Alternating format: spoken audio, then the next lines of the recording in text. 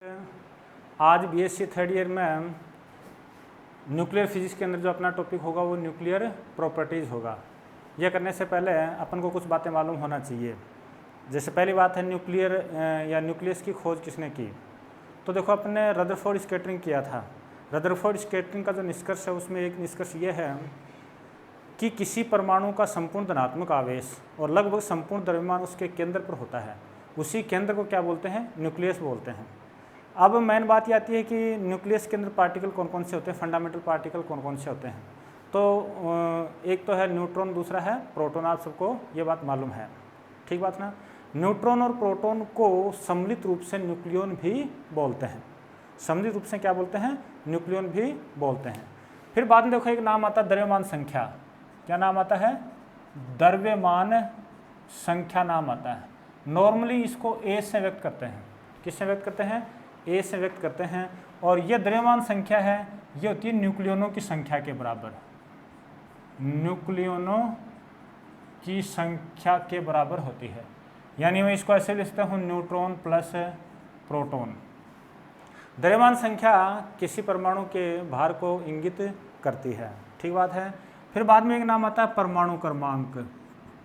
ये सब आपको मालूम है। परमाणु क्रमांक को Z लिखते हैं और ये बराबर होती है प्रोटॉनों की संख्या। प्रोटॉनों की संख्या किसी न्यूक्लियस के अंदर। फिर बाद में अगर आपके पास में आ जाए कि किसी न्यूक्लियस के अंदर प्रोटॉन होते हैं और न्यूट्रॉन होते हैं। न्यूट्रॉन तो न्यूट्रल होते हैं। तो अपनी बात जब आती है कि नाभिक पर आवेश कितना होता है, नाभिक पर आवेश वो कितना होता है, तो इसकी जब बात करते हैं तो ये बराबर होता है ZE के बराबर होता है। क्योंकि प्रोटॉनों की संख्या Z, एक प्रोटॉन पर E आवेश, तो टोटल आवेश कितना हो गया? ZE आवेश हो गया। इसके बाद में एक नाम आता है कि न्यूट्रॉन की संख्या कैसे निकालें। न्यूट्रॉन की संख्या कैसे निकालें? तो द्रव्यमान संख्या A में से Z घटा दो। द्रव्यमान संख्या A में से Z घटाने पर न्यूट्रॉनों की संख्या आपको प्राप्त हो जाती है। इसके बाद में एक नाम आता है मास, या फिर किसी न्यूक्लियस का द्रव्यमान, ठीक बात ना। तो ये लिखा मास, द्रव्यमान। देखो द्रव्यमान ज्ञात करने के लिए अपन जो द्रव्यमान संख्या है वो लगभग नाभिक के द्रव्यमान के बराबर होती है, ठीक बात ना। द्रव्यमान परमाणुओं के और नाभिक के द्रव्यमान को एटॉमिक मास यूनिट में व्यक्त किया जाता है। किसमें? एटॉमिक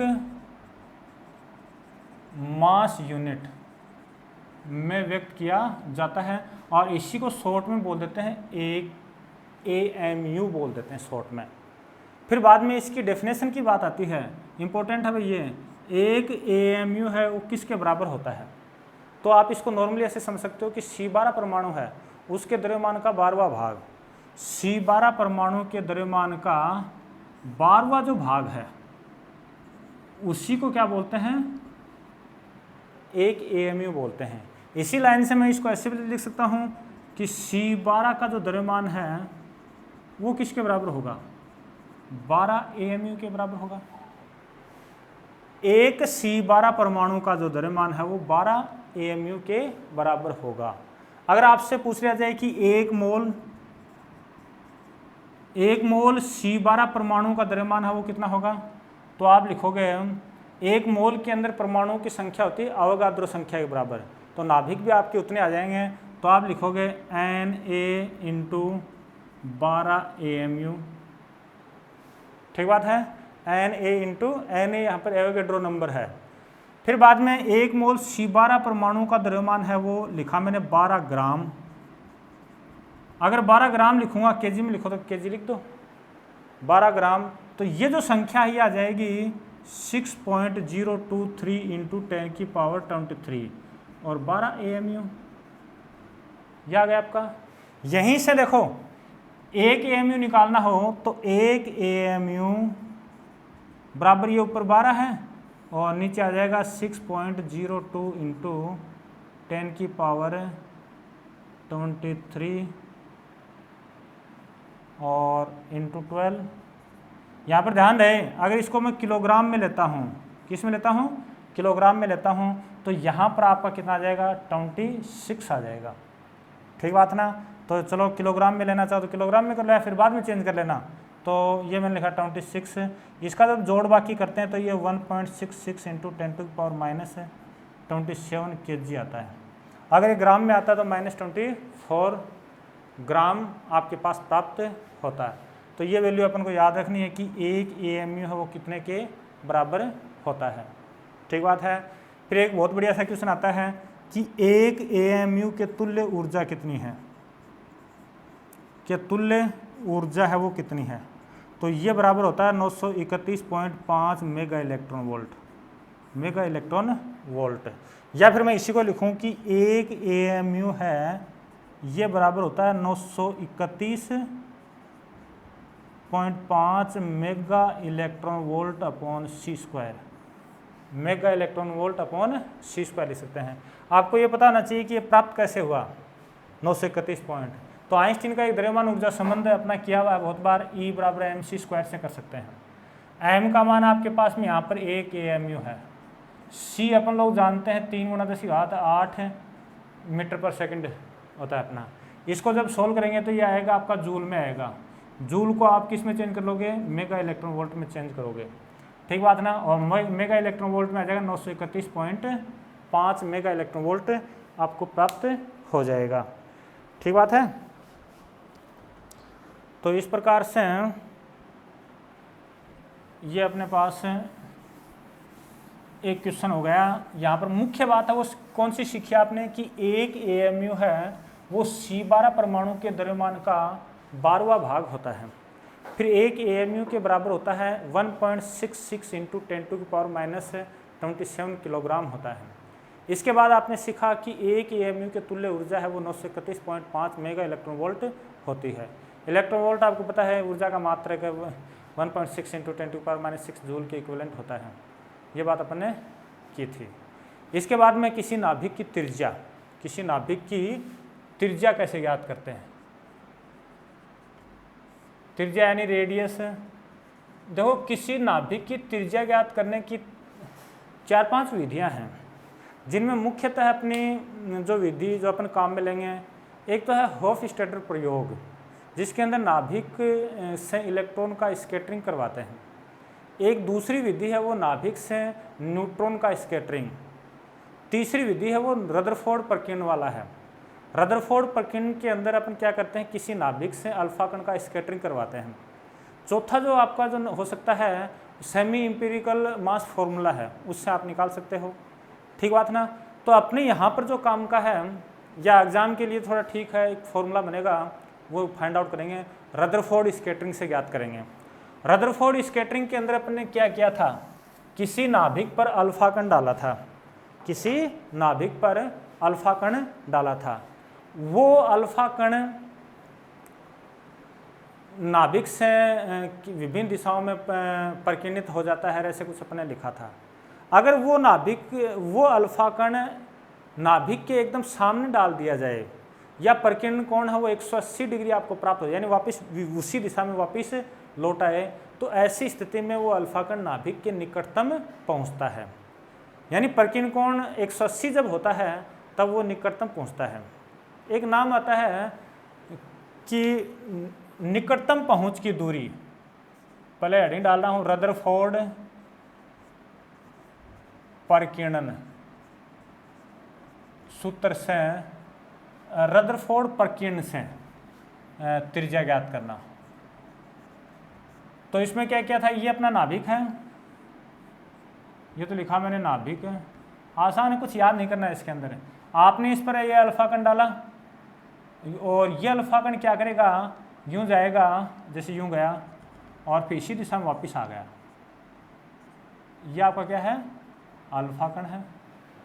तो निकटतम पहुंचकर वापस लौटना ये कहलाती है निकटतम पहुंच की दूरी कहलाती है, क्लोजेस्ट अप्रोच की दूरी कहलाती है। इसको मैंने लिखा डी लिख दिया, या कुछ और लिखो तो और लिख दो।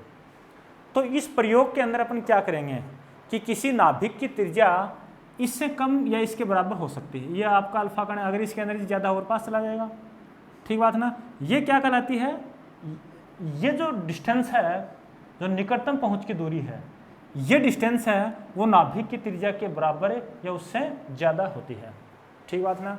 यहाँ पर केवल एक ही बात है, जब ये अल्फा कण आपका अनंत पर है तो इसके अंदर गतिज ऊर्जा है। लेकिन जैसे जैसे पास आता जाता है अल्फा कण और नाभिक के बीच में प्रतिकर्षण बल बढ़ता है, और प्रतिकर्षण बल बढ़ता है इसका अर्थ है कि प्रतिकर्षण स्थिति ऊर्जा का मान भी बढ़ता है। एक स्थिति ऐसी आती है कि अल्फा कण यहाँ रुकेगा यानी गतिज ऊर्जा तो शून्य हो जाएगी और स्थिति ऊर्जा का मान क्या हो जाएगा, न्यूनतम हो जाएगा। स्थिति ऊर्जा का मान क्या हो जाएगा, अधिकतम हो जाएगा। ठीक बात ना। तो यहाँ पर केवल इतनी सी बात लिखनी है कि निकटतम पहुँच की दूरी पर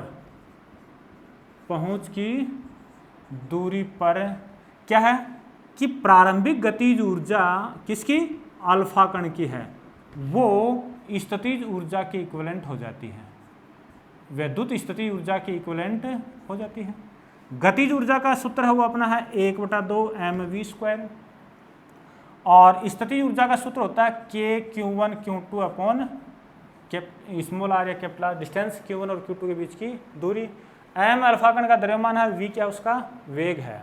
ठीक बात ना।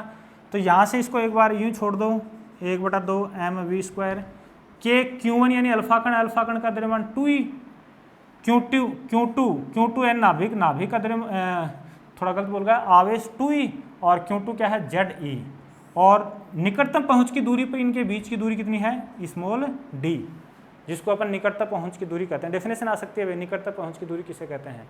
तो निकटतम पहुंच की दूरी नाभिक से अल्फा कण के बीच में वो न्यूनतम दूरी है जहां अल्फा कण की संपूर्ण गतिज ऊर्जा स्थितिज ऊर्जा में रूपांतरित हो जाती है।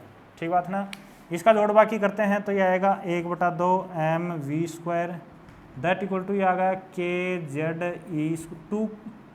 2 भी रह गया, 2kze²/d, या फिर यहाँ से आ गया आपका d equal to 2kze²/1/2 mv², या तो ये याद रख लो, या फिर इसको मैं ऐसे लिखता हूँ d इक्वल टू 2kze²/e।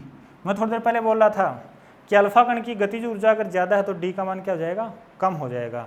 इसमें जो k आ रहा है, k हमेशा की तरह 1/4πε0 के इक्विवेलेंट है। ठीक है भाई, ये हो गया।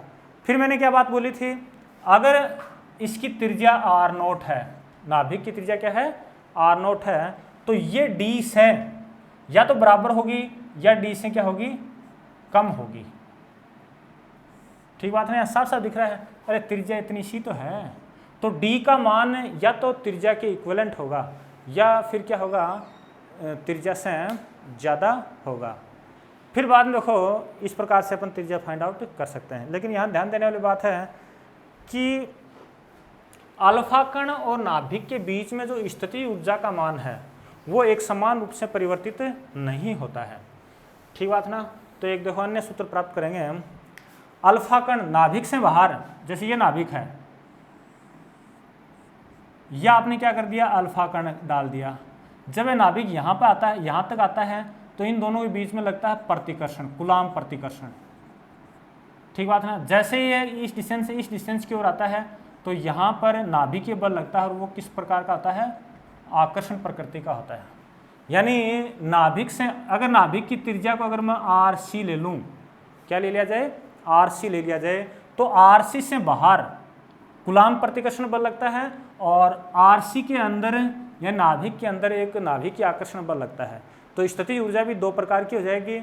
यानी जब R का मान है वो ग्रेटर देन RC है तो आपको बल लगेगा कूलाम प्रतिकर्षण, और ये हो जाएगी प्रतिकर्षण स्थितिज ऊर्जा, प्रतिकर्षण स्थितिज ऊर्जा। जब R का मान लेस देन RC है, RC यहाँ पर नाभिक की त्रिज्या रेडियस है, तो ऐसी स्थिति में आपका आकर्षण होगा। अच्छा, क्या होगा, आकर्षण होगा। इसको आप एक ग्राफ से इस प्रकार से शो कर सकते हो, एक बहुत ही सिंपल सा ग्राफ है। ये तो डिस्टेंस है और इस दिशा में ये क्या आपका P और E है। ठीक बात है ना। इसके अंदर ये अंदर वाला भाग कर दिया और बाहर आपका ये हो गया। ये यहाँ से लेकर यहाँ तक की डिस्टेंस कितनी है, RC है। इस पर जो इसको विभव प्राचीर जो बोलूँ तो उसको बोल दिया मैंने BC, और इस साइड में कौन सा बता दिया मैंने, प्रतिकर्षण बल बता दिया। ठीक बात है ना। तो थोड़ा सा अगर कैलकुलेट करें तो यहाँ से भी त्रिज्या फाइंड आउट आप कर सकते हो। इस विभव प्राचीर की जो गणना है वो आप ऐसे कर सकते हो, अरे प्रतिकर्षण बल स्थितिज ऊर्जा का अधिकतम मान BC केवल नाम लिखा है और ये बराबर हो जाएगा स्थितिज ऊर्जा के Q1 Q2 अपॉन R।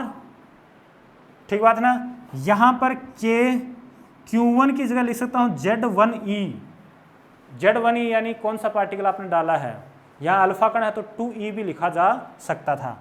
और Z2 यानी Q2 यानी Z2E नाभिक का आवेश लिखा। और BC की स्थिति में इन दोनों के बीच की जो डिस्टेंस है वो क्या है, RC है। तो ये प्राप्त हो गया आपका BC equal to K Z1 Z2 और E स्क्वायर अपॉन RC। और इस RC का जो मान है वो लगभग आपको प्राप्त होता है R0 A की पावर 1/3 प्राप्त होता है। ठीक बात ना। ये जो R0 है, इस R0 की जो वैल्यू कांस्टेंट है, इसकी वैल्यू 1.2 से 1.3 फर्मी प्राप्त होती है। ए यहाँ पर क्या है, द्रव्यमान संख्या है। तो इस प्रकार से अपन त्रिज्या फाइंड आउट कर सकते हैं। ठीक बात ना। यहाँ पर आपने मुख्य जो बात सीखी कि नाभिक की जो त्रिज्या है वो होती है R equal to R0 A की पावर 1/3 होती है। परीक्षा के लिए केवल ये लाइन ही इम्पोर्टेंट है। बाकी इससे पहले जो अपन ने बात की थी वो भी थोड़ा बहुत सीख सकते हो कि निकटतम पहुंच की दूरी किसे कहते हैं। तो क्या बताया था कि नाभिक से अल्फा कण के बीच की वो न्यूनतम दूरी जहां पर गतिज ऊर्जा संपूर्ण गतिज ऊर्जा स्थितिज ऊर्जा में रूपांतरित हो जाती है। ठीक बात ना। फिर वहां से आपने निकाला था निकटतम पहुंच की दूरी भी आपने निकाली थी। ठीक है ना। फिर बाद में ये क्या बताया, ये आपको ये बताने की कोशिश की गई यहाँ पर कि किसी नाभिक के पास जब कोई पार्टिकल जाता है तो जैसे अल्फा कण गया तो नाभिक से बाहर तो प्रतिकर्षण बल लगता है, नाभिक के अंदर आकर्षण बल लगता है। तो प्रतिकर्षण स्थिति ऊर्जा ये हो गई, यह आकर्षण स्थिति ऊर्जा हो गई। प्रतिकर्षण स्थिति ऊर्जा और ये कौन सी हो गई, आकर्षण स्थिति ऊर्जा हो गई। यहाँ पर ये एक प्राचीर कहलाती है। ये क्या कहलाती है, विभव प्राचीर। ठीक बात ना। पोटेंशियल बैरियर कहलाता है। ठीक बात है। ये पोटेंशियल बैरियर की कैलकुलेशन अपन ऐसे कर सकते हैं। और यहाँ से जब अपन कैलकुलेट करते हैं तो RC की वैल्यू ये प्राप्त होती है, लगभग RC यानी नाभिक की त्रिज्या है वो प्राप्त होती है R0 A की पावर 1/3। R0 एक कांस्टेंट है जिसकी वैल्यू 1.2 से 1.3 फर्मी होती है। ए क्या कहलाता है, द्रव्यमान संख्या कहलाती है। ठीक है विद्यार्थियों, नेक्स्ट टॉपिक में नेक्स्ट पीरियड के अंदर नए टॉपिक के साथ मिलते हैं। धन्यवाद।